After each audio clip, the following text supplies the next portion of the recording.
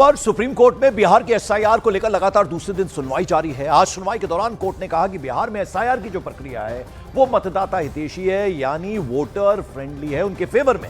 इसमें मतदाताओं के लिए दस्तावेजों की संख्या बढ़ाई गई है और अब कुल 11 तरह के दस्तावेज स्वीकार किए जा रहे हैं। मतदाता हितैषी बता दिया है सुप्रीम कोर्ट ने, जो बिहार में एसआईआर की प्रक्रिया चल रही है। एसआईआर में कुल 11 दस्तावेज मांगे जा रहे हैं, स्वीकार किए जा रहे हैं, ये कहा गया। और इसमें मतदाताओं के लिए दस्तावेजों की संख्या बढ़ाई गई है और अब कुल 11 तरह के दस्तावेज स्वीकार किए जा रहे हैं।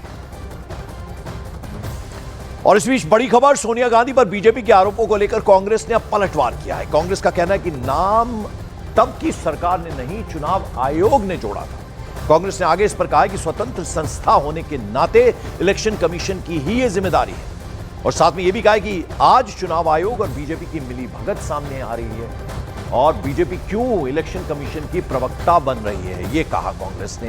बीजेपी ने आरोप लगाया कि 1980 में सोनिया गांधी जब इटली की सिटीजन थी, वहां की नागरिक थी, तब नियमों के उलट सोनिया गांधी को भारत में वोटर बनाया गया। विवाद के बाद 1982 में नाम कटा, लेकिन फिर 1983 यानी 1983 में भी गलत ढंग से दोबारा सोनिया गांधी का नाम जोड़ा गया। इसको लेकर अब कांग्रेस ने जवाब दिया है।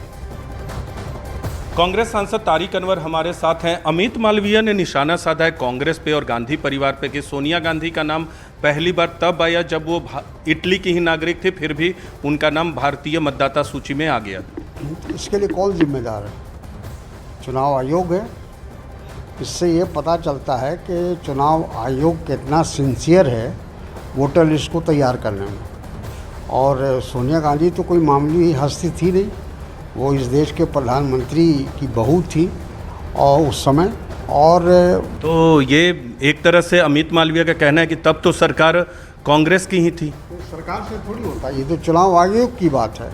चुनाव आयोग को तो हम एक स्वतंत्र संगठन मानते हैं, लेकिन अगर उसने ऐसी गलती की या ऐसा कोई काम किया है तो उसके लिए सरकार थोड़ी जिम्मेदार हो जाएगी, उसके लिए तो वो जिम्मेदार होगी। हाँ, आज का जो मामला है वो दूसरा है। सरकार संरक्षण दे रही है। जो चुनाव आयोग गलत काम कर रहा है उसको संरक्षण प्राप्त है सरकार का, और इसीलिए हम लोग उसका विरोध कर रहे हैं, विपक्ष उसका विरोध कर रहा है। इस बीच बीजेपी ने राहुल गांधी पर बड़ा हमला बोला। अनुराग ठाकुर ने कहा कि हारने के बाद राहुल गांधी सवाल उठाते हैं। उन्होंने कहा कि हारने के बाद कांग्रेस बहाना बनाती है, कांग्रेस ईवीएम पर सवाल उठा रही है। राहुल गांधी को किस बात का डर है? अनुराग ठाकुर ने आगे बोला कि राहुल ने बवंडर नहीं, ब्लंडर किया है। कल कुछ कांग्रेस के लोग कह रहे थे राहुल गांधी जी और विपक्ष के नेताओं ने बवंडर खड़ा किया। अरे भाई, बवंडर नहीं, ब्लंडर है, और मैं बताने वाला हूं कैसे।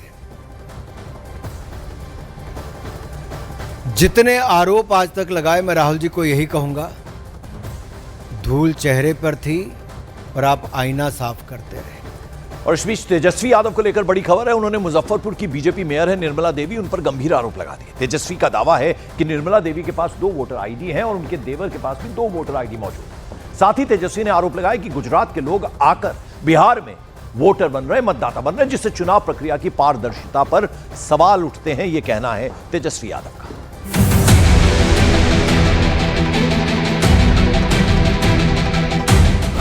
तेजस्वी का इलेक्शन कमीशन पर हमला, बीजेपी पर निशाना।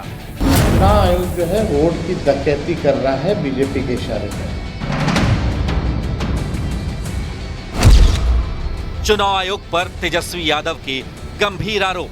चुनाव आयोग केवल भाजपा के लोगों का सहयोग कर रही है, विपक्ष के वोटों को कम कर रही है।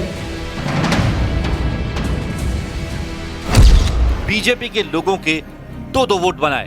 भाजपा के जो लोग हैं उन लोगों का एक नहीं बल्कि 2-2 ईपीआईसी नंबर, एपिक नंबर बनाया जा रहा है। अलग अलग बूथों पे भी बनाया जा रहा है, एक ही विधानसभा में। मुजफ्फरपुर की मेयर के 2-2 वोट। निर्मला देवी, इनके एक एपिक आईडी नहीं बल्कि 2-2 एपिक आईडी है एक ही विधानसभा के। गुजरात के लोग बिहार में वोट बने। अब गुजरात के लोग बिहार के वोटर बन रहे हैं। जो भाजपा के प्रभारी है भीखू भाई, वो पटना के वोटर बन गए हैं।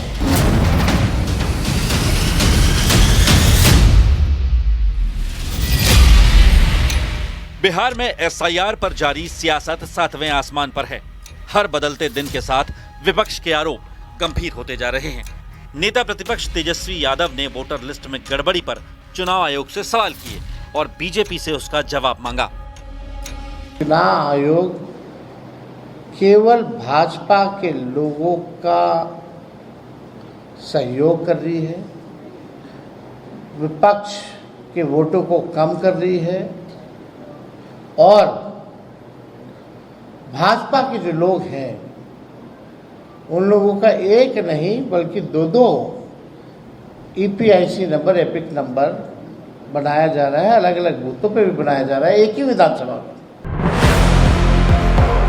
दो ईपीआईसी नंबर पर चुनाव आयोग को अपना जवाब भेज देने के 2 दिन बाद तेजस्वी नए तेवर में दिखे। वो पटना में पूरी की पूरी वोटर लिस्ट लेकर बैठ गए और निशाने पर लिया मुजफ्फरपुर से बीजेपी की मेयर निर्मला देवी को।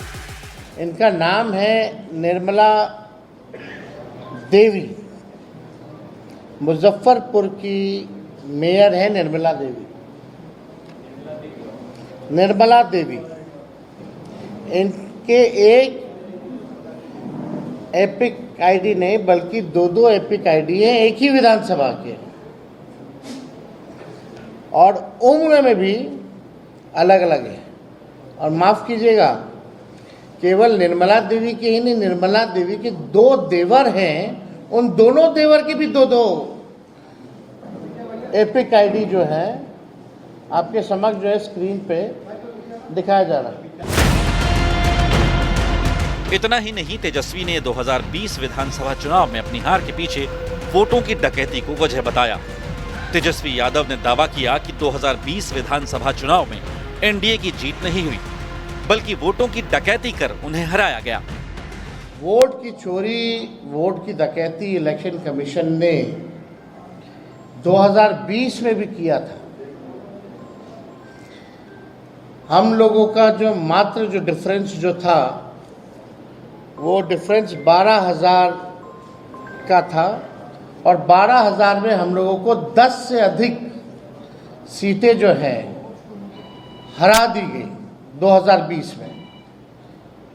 कोई 12 वोट से, कोई 50 वोट से, कोई 100 वोट से, कोई 500 वोट से, इस तरह से कई सीटें हम लोगों को हरा दी गई।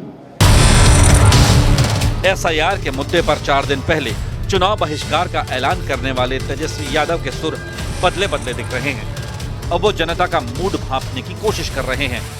17 तारीख को तो हम लोग जा ही रहे हैं यात्रा पे, राहुल जी, हम लोग सब लोग, और जनता के बीच जाएंगे, अपनी बात को रखेंगे और हम लोग देखेंगे कि क्या माहौल है। जब इलेक्शन कमीशन को अगर बेईमानी ही करने के मूड में रहेगा, जब सब कुछ तय ही हो जाएगी पहले से, तो इस पर भी हम लोग विचार कर सकते हैं। ओपन है कि भाई बहिष्कार करें ना करें। ये तो बात हमने पहले भी बोला है और बार बार हम इस बात को भी कह रहे हैं। वोटर और वोटर लिस्ट गड़बड़ी के सहारे आरजेडी के निशाने पर चुनाव आयोग और बीजेपी दोनों आए, तो फिर बीजेपी भला कहां पीछे रहने वाली थी।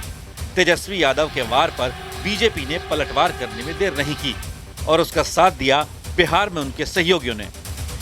उनके पास कोई विषय नहीं, कोई मुद्दा विहीन हो चुके, संवैधानिक पद पर बैठ करके संवैधानिक पद के गरिमा को गिराना, झूठ बोलना, भ्रम फैलाना, यही उनका रूटीन रह गया है। अरे पहला दिन तो हमने बता दिया, चुनाव आयोग का नोटिस आया, हमने जवाब दिया, ईपिक नंबर भी मेरा खत्म हुआ और मेरे पास सबूत था। आप क्यों नहीं अभी तक जवाब दे पाए? आपने 2 जगह का कहां दुरुपयोग किया, क्यों नहीं साबित कर पा रहे हैं? माननीय तेजस्वी यादव जी, इस संबंध में तो चुनाव आयोग को जवाब देना है, मैं उसका प्रवक्ता नहीं हूँ, लेकिन मेरी सामान्य समझ काम कर रही है। आपका समझ क्यों नहीं काम कर रहा है? एसआईआर का मतलब क्या है? विशेष गहन मतदाता पुनरीक्षण का मतलब है कि डबल ईपिक नंबर है उसमें डिलीट करना है, डबल नाम है उसको डिलीट करना है, मृतक का नाम हटाना, वो भी ड्राफ्ट पब्लिकेशन हुआ है अभी। चुनाव आयोग की कोशिश थी कि एसआईआर के जरिए वो चुनाव में होने वाली गड़बड़ी को दूर करे, चुनावी धांधली को रोक दिया जाएगा और लोकतंत्र के सबसे बड़े उत्सव को साफ सुथरा बनाया जाएगा। लेकिन चुनाव आयोग की ये कोशिश विरोधियों को रास नहीं आ रही है और वो ढूंढ ढूंढ कर उसमें खामियां निकाल रहे हैं। और इस सब के बीच बिहार के